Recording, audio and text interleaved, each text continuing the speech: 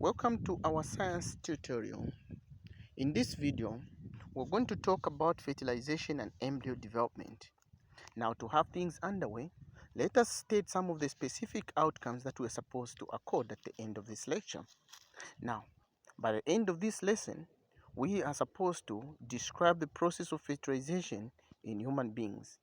Apart from that one, we need to explain the function of the parts important for embryo development.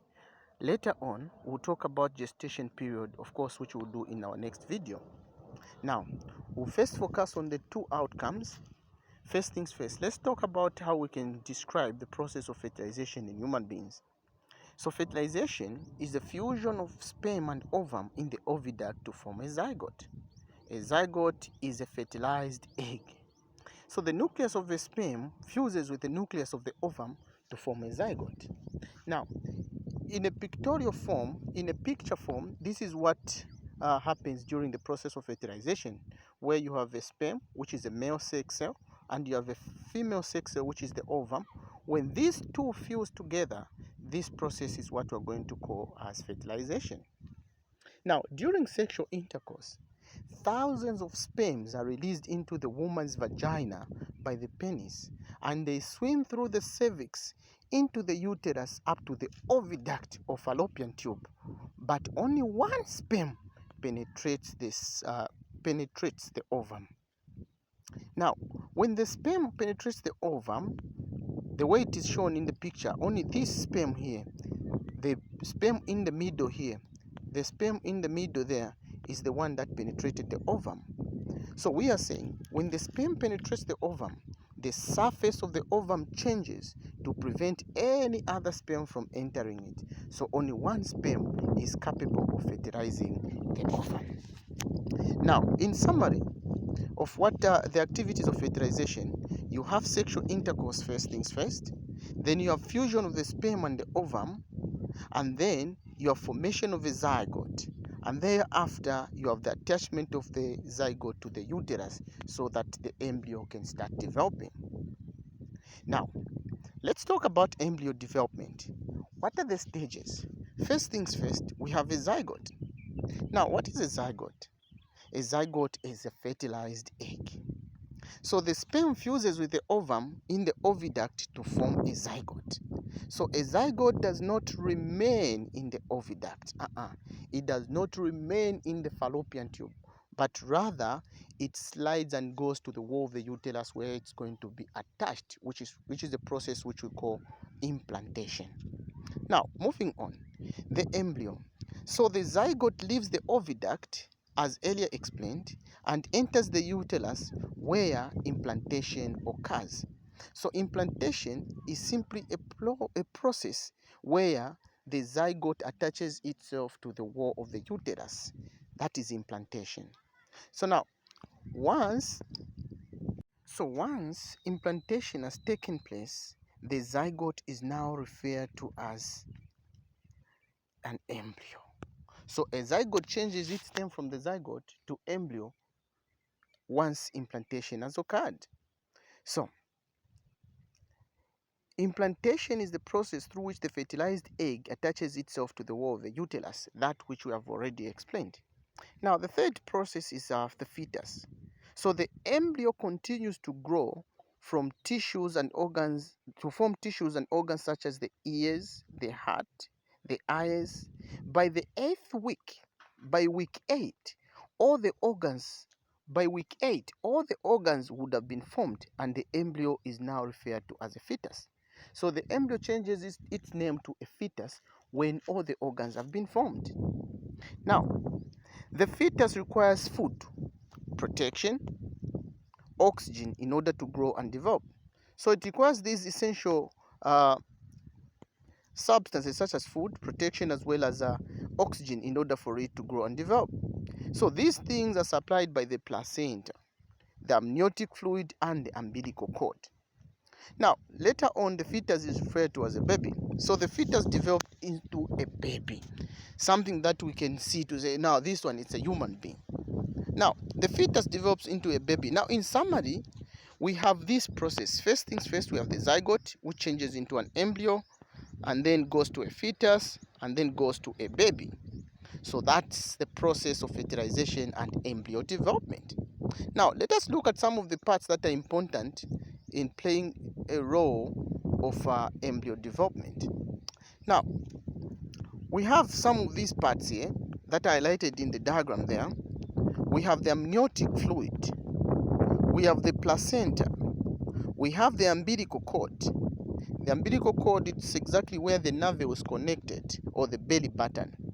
And then we have the fetus, which is inside the one that is developing. And then we have the uterus wall. And then we have the amnion and the cervix, as well as the vagina. All these play an important role in embryo development. So what are some of the functions of these parts that we have highlighted? Firstly, we want to talk about the placenta. So the placenta is the point at which the embryo first attaches itself to the wall of the uterus. That's the first part.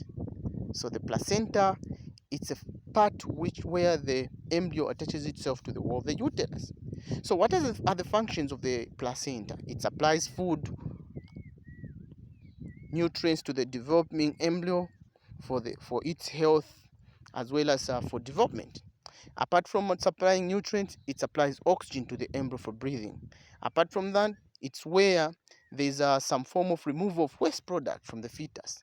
It also acts as a filter to prevent the entry of harmful microorganisms from the mother to the fetus. Now, the funny factor is that, say the mother has HIV and AIDS, the child will not get HIV and AIDS from the mother. Why? It's because of the placenta, this part here. Very important. Now, secondly, we want to talk about the amnion. The amnion is a sac-filled fluid that is filled with a fluid called the amniotic fluid. The fluid inside it's called the amniotic fluid. So inside here there's some watery substances which we're going to call as the amniotic fluid. And around it is the bag called the amnion bag, or the amnion sac. Now, this amnion ensures that the amniotic fluid surrounding the developing embryo does not drain away. So it's just the storage of the amniotic fluid there. Now, what are the functions of the amnion? It is a sac where the embryo develops. Apart from that one, it protects the fetus from injury. Later on, we want to talk about the amniotic fluid. So the amniotic fluid contained in the amnion surrounds the embryo. So the amniotic fluid is the liquid that is found inside there that surrounds the embryo where the fetus floats. Now, what are the functions of the amniotic fluid? Now, here we have about 5 functions of the amniotic fluid. It provides physical support to the fetus in the womb, which allows the fetus to float. So it's where the fetus floats. It is also a way that prevents a fetus from dehydration, dryness. The dehydration is the process by which water is lost from the body. So the amniotic fluid there prevents the fetus from experiencing dehydration. Now, it also acts as a lubricant as the fetus moves or turns around in the uterus rather. So the fetus has a tendency of turning sideways, this twist here, stretching and all that. So the amniotic fluid is the one that acts as a lubricant, as oil in other cases, for it to easily turn. It also protects the fetus against external shock. It acts as a shock absorber. Suppose a mother maybe is hit by a ball whilst passing, people are playing football, and then it hits the stomach of the mother. The fetus will be protected because of the amniotic fluid that surrounds it. It also provides a suitable environment for the development of the embryo. Now, take note, although the embryo is floating in the amniotic fluid, it does not drown. Why? This is because it does not breathe through the nose or mouth. The fetus does not breathe through the nose or mouth. That's why it does not drown in this watery fluid. Now, let's look at the fourth factor, which is the umbilical cord. It is a long tube-like connection that joins the fetus to the placenta. It contains an artery and a vein. And then the artery carries carbon dioxide and other waste from the embryo to the placenta, whilst the vein carries oxygen and food back to the embryo. Now, what are the functions of the umbilical cord? It holds and connects the fetus to the placenta. That's one function. It transports food, nutrients, and oxygen from the placenta to the fetus. That's another function. And then thirdly, it gets rid of waste products and carbon dioxide from the fetus to the placenta. Now, having understood some of those points, let us look at one question from a past paper, then we see how we can answer such a question. So the first one says, the statement on top says, in an example, the diagram below shows the fetus in the uterus of a pregnant woman. So now it says, identify the structures G and H. So part G here, this is the umbilical cord. That's the umbilical cord. And then part H here, this is the amnion or amnion sac. Now state the function of the structure labeled I. So we find that there's a amniotic fluid there. So you can pick from any of these points here. Any of them would to quantify. So what we have picked here is that it provides physical support to the fetus in the womb and allows the fetus to float.